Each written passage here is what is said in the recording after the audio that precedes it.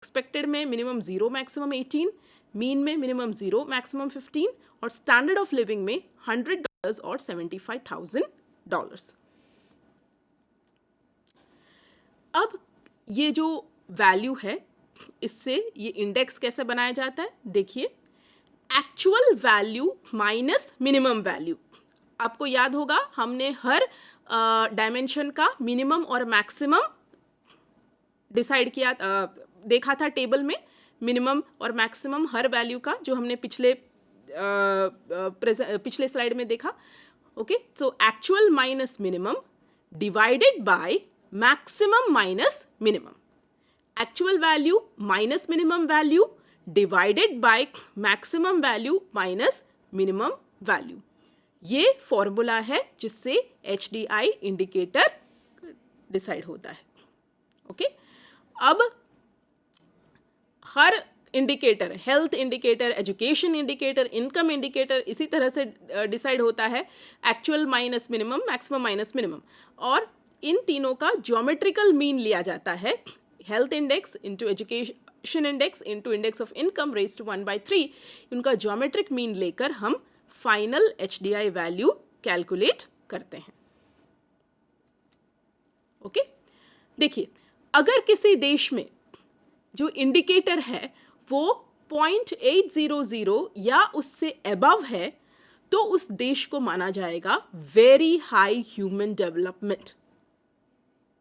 अगर किसी देश में जो ह्यूमन डेवलपमेंट इंडेक्स है वो 0.700 से लेकर 0.799 के बीच में रहा, तो उसे हम कहेंगे हाई ह्यूमन डेवलपमेंट। अगर किसी कंट्री में ये 0.550 से 0.699 के बीच में है, then it is called medium human development, which India is now. India is now at the medium human development. अगर 0.550 से भी कम इंडेक्स आया तो हम उसे कहेंगे लो ह्यूमन डेवलपमेंट कंट्री।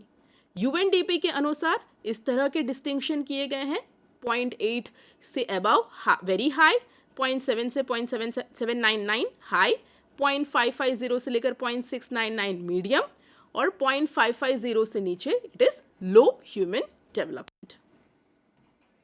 ओके, यहाँ पे let us see one example. So what is the example that we are seeing over here? Suppose एक कंट्री है जिसमें लाइफ एक्सपेक्टेंसी है 80.156, mean years of schooling 11.619, expected years of schooling 13.966 और gross national income per capita $28,632.7। अब इसका health index कैसे calculate किया जा रहा है? आपको याद होगा हमने पहले भी कहा था किस तरह से, what is the formula? Actual minus minimum divided by maximum minus minimum. Health indicator का मिनिमम क्या है? 20 years और मैक्सिमम है 85, इसलिए actual minus 20 which is the minimum divided by 85 is maximum minus minimum, you got 0.9255। अब education में हमने पहले बात की थी कि कितने इंडेक्स हैं? 2, मीन ईयर्स ऑफ स्कूलिंग भी है, एक्सपेक्टेड ईयर्स ऑफ स्कूलिंग भी है। ठीक है, इस देश का देखिए मीन ईयर्स ऑफ स्कूलिंग है 11.619, तो हम क्या करेंगे? 11.619 minus 0 divided by mean years of schooling का मैक्सिमम क्या था? 15 माइनस 0 हमारा मिनिमम था, तो 0.77461। एक्सपेक्टेड ईयर्स ऑफ स्कूलिंग भी इसी तरह से कैलकुलेट करेंगे। उसके बाद हम मीन ईयर्स ऑफ स्कूलिंग जो 0.77461 है plus expected years of schooling 0.77591 है, डिवाइडेड बाय 2 करेंगे, जिससे कि हमको एजुकेशन इंडेक्स मिलेगा। सो मीन ईयर्स और एक्सपेक्टेड ईयर्स दोनों का हम एवरेज लेते हैं, तो हमको 0.7752 जो है हमारा एजुकेशन इंडेक्स मिलेगा। इसी तरह से इनकम इंडेक्स में भी हमने क्या किया है? Actual minus minimum divided by maximum minus minimum. ये तीनों फिगर्स का हमने ज्योमेट्रिकल मीन लिया है, 0.9255 into 0.7752 into 0.8545 the whole raise to 1/3, तो 0.850 ये हमको इंडेक्स मिला. दैट मीन्स 0.800 से अबव है.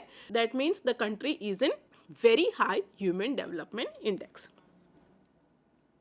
See now in the latest human development index report of 2015 India का रैंक क्या है.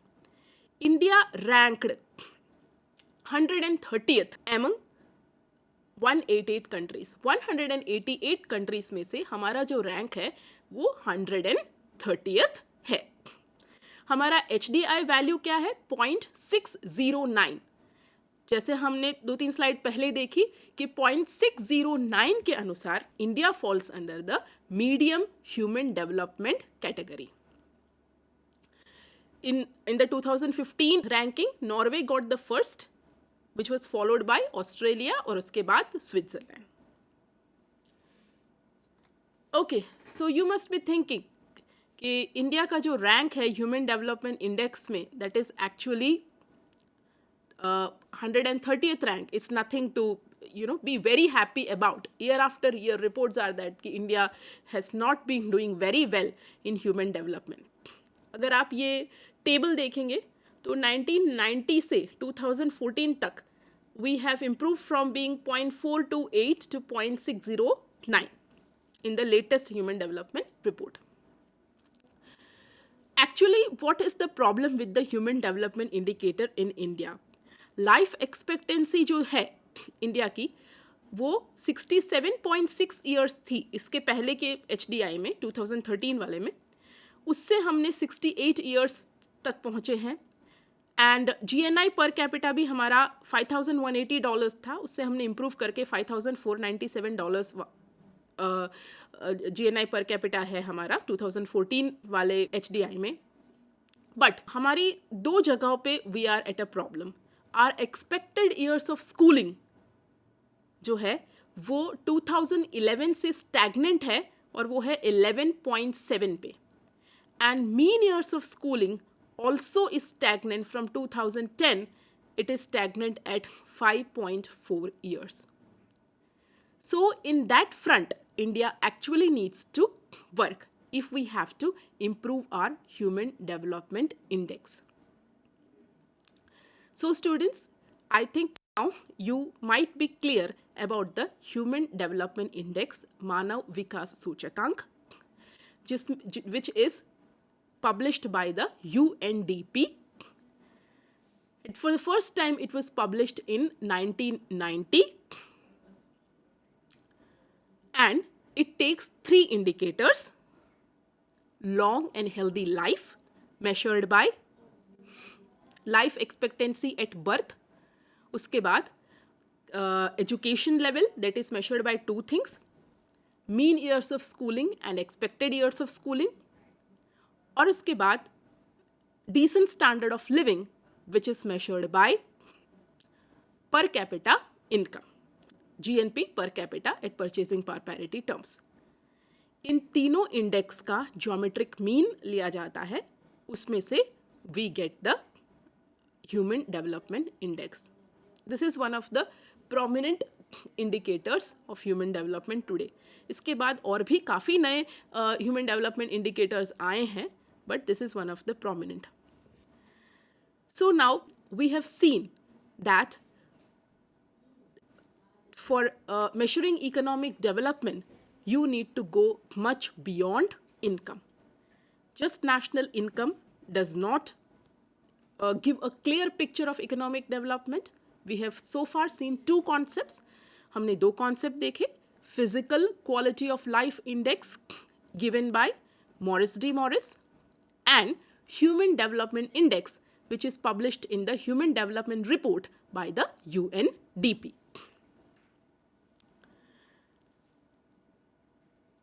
Even after these 2 indices, it was felt that something like poverty, गरीबी, human development index में भी नहीं दिखाई देती. So, in the 1997 Human Development Report, UNDP for the first time published something called the Human Poverty Index. PQLI और HDI भी गरीबी का इस तरह से डिस्कशन या नहीं कर पाती, इस तरह से पॉवर्टी लेवल को नहीं ला पाती. इसलिए for measuring poverty and ranking countries on the basis of the prevalent poverty prevalent in the respective countries, the measure of Human Poverty Index was initiated in 1997. Poverty. What do you mean by poverty? गरीबी की definition आपने पढ़ी होगी. There are various approaches to define poverty. If you might have studied absolute poverty, you might have heard of relative poverty, you might have studied the income approach, the consumption approach to define poverty. But मज़े की बात यह है कि जो गरीबी की व्याख्या है वो कौन देता है? That is given by developmental economists, अर्थशास्त्री देते हैं. That is given by governments. कभी भी कोई गरीब गरीबी की व्याख्या नहीं देता. जब हम गरीबी की व्याख्या देते तो हम क्या बोलते हैं? अगर एक इंसान का जो इनकम है इस लेवल से कम है तो वो गरीब है, अगर इस लेवल से ऊपर है तो वो गरीब नहीं है, अबव पॉवर्टी लाइन है. अदरवाइज वी से दैट अगर वो एक दिन में इतना कैलोरी खाना खा पाता है तो फिर वो गरीब नहीं है, अगर इतना कैलोरी खाना उसे नहीं मिलता तो वो गरीब है. Very simplistic definition of poverty. But सोचो अगर किसी गरीब को पूछा जाए कि गरीबी क्या है तो वो क्या बोलेगा? शायद उसका आंसर ऐसा हो सकता है कि अपने आँखों के सामने ये देखना कि मेरा बच्चा बीमार है, उसकी जो बीमारी है उसके लिए दवाई अवेलेबल है, हॉस्पिटल में ले जाऊं तो शायद बच जाए, पर फिर भी कुछ ना कर पाना, हाथ बांध कर लाचार होकर सिर्फ देखते रहना. शायद वो ऐसा बोलेगा गरीबी का डेफिनेशन. या कोई ऐसा बोल सकता है कि इज्जत के साथ सर उठा के अपनी ज़िंदगी ना जी पाना वो गरीबी है.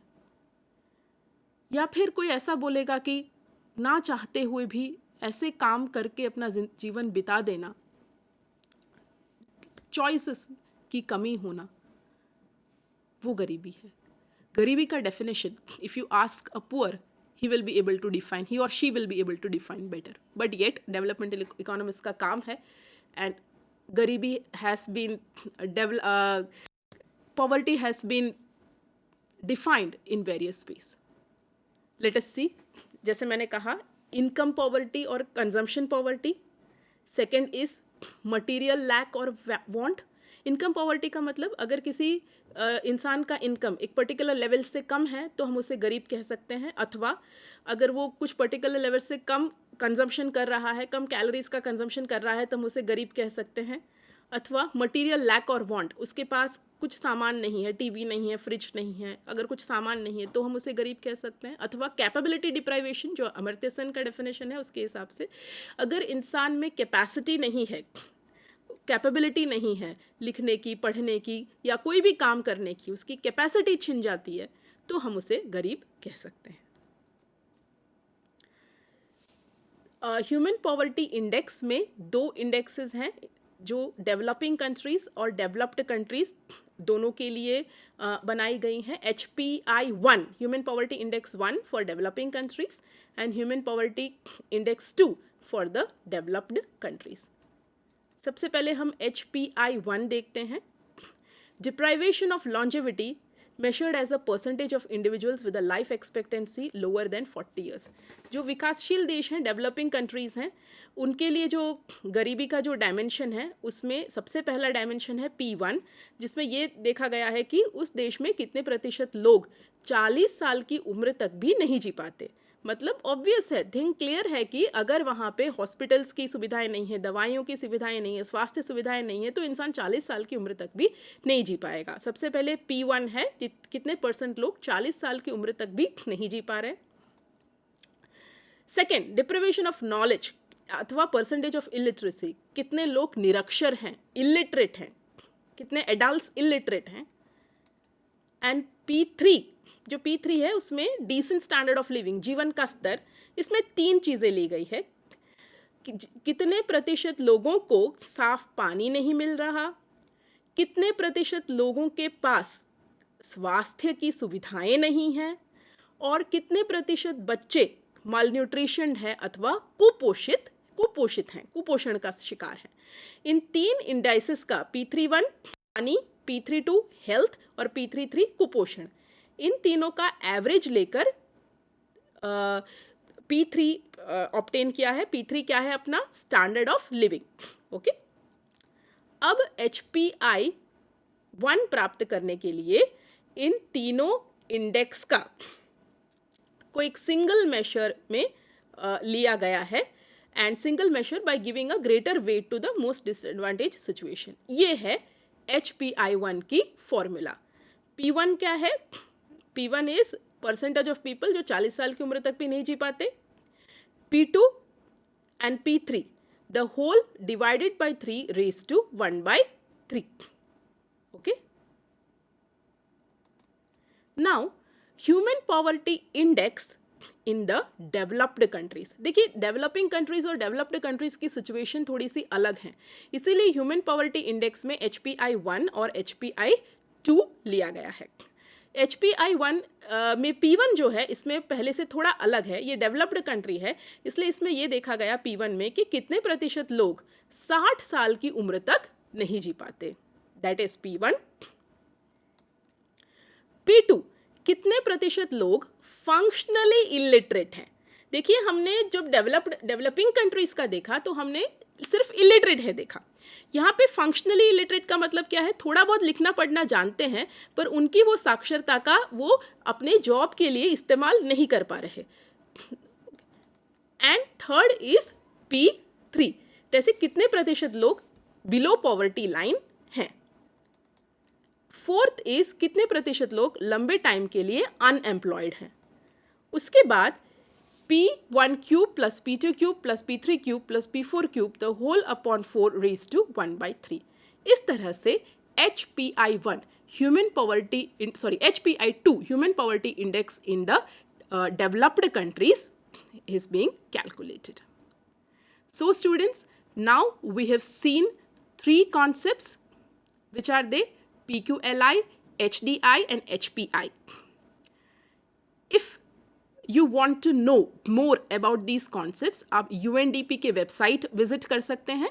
UNDP के वेबसाइट में ये कॉन्सेप्ट्स और भी बहुत सारे developmental concepts like gender inequality index, gender development index, inequality adjusted human development index, ये जो अपना HPI है, now the new concept is MPI, multi dimensional poverty index. ये जो हमने